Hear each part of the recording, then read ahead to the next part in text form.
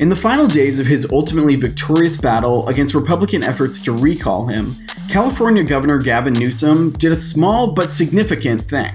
He talked about red states. The leading candidate, Larry Elder, wants to end mask requirements and vaccine requirements before his first cup of tea. His model is Texas and Florida and Mississippi.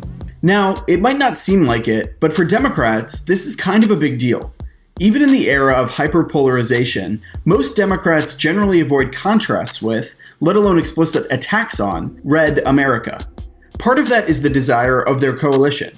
Polling shows Democratic voters believe in unity in a way Republican voters just don't. And part is political reality. To gain power, Democrats need to win in red-leaning areas in a way Republicans don't need to in blue-leaning ones. So, while you'll occasionally find a liberal Twitter figure going viral complaining about red states, that kind of behavior is pretty much off limits for Democratic politicians. Even Hillary Clinton, held up by many on both the right and left as an example of coastal liberal condescension, explicitly talked about revitalizing rural areas. From our inner cities to our small towns, from Indian country to coal country. By contrast, for decades, Republicans have had blue state bashing down to a science.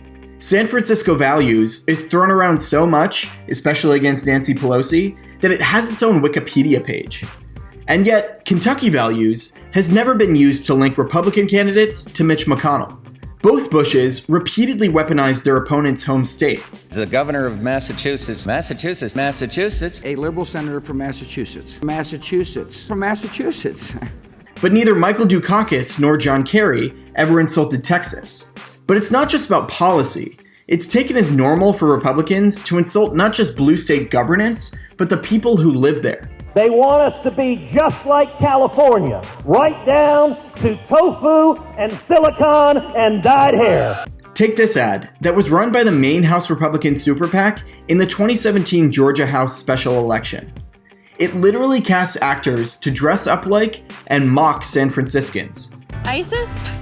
They're overrated. The notion of a Democratic super PAC running an ad in a California election doing the inverse, mocking rural Southerners, is incomprehensible. Trump himself took it to new heights. He famously called Baltimore a disgusting rat and rodent-infested mess. He attacked Chicago.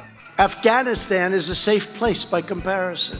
He openly advocated ignoring COVID deaths because they initially mostly hit blue states. If you take the blue states out, we're really at a very low level. Meanwhile, Biden spoke so often of his desire to unify this country. It became a cliche, which is hardly an endorsement of Biden's approach. One could very fairly make the case that rosy talk of unity with people who carry such an obvious disdain for so much of the country only rewards that disdain. But it matters because it fits into a larger pattern in modern politics: complete asymmetry in how our two parties talk to and about each other. And at its core, the issue is kind of simple. These attacks are premised on a basic assumption that some people, some places, some ways of life are more American than others, which isn't exactly new after all.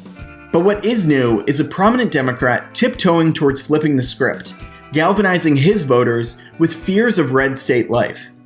And after it worked, it might not be the last we see of it.